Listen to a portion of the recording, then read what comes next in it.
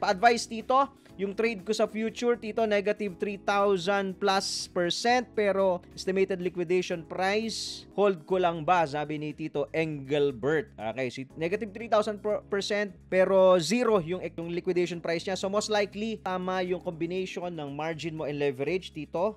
Very good po yan. Very good yan, Tito. Approve natin yan. Hold ko lang ba? Ganito po. Ito yung kagandahan pag tama yung combination ng margin and leverage mo, di ba? Hindi ka maliliquidate. What you need to do is to manage that trade.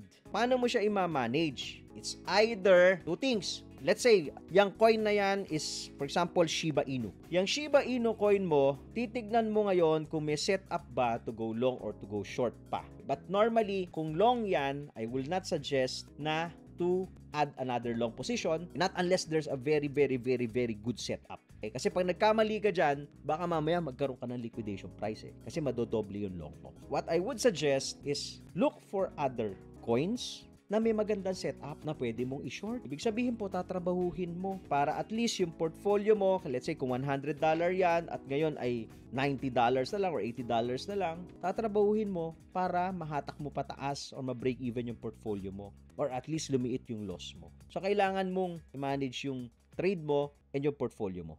Tignan mo rin sa chart kung meron ba siyang setup na babalik siya. Okay, magrarally ba siya? Naniniwala ka ba na magrarally to? Pag nagrally, saan ka lalabas? Usually, what we do sa mga ganyan po, no? Kung may magandang setup to do a DCA, you add another entry for long. Pag wala namang magandang setup for a DCA, for a layering, you wait for an exit. So, hahanapin mo, nasa na yung resistance, saan ako lalabas? Kasi usually, nagre-rebound eh. So, pag rebound ni Bitcoin, pag rebound din yung coin mo, try to exit. Of course, magka-cut loss ka. Of course, may galos. Pero at least, hindi ka ubos. Follow for more Tito Moves!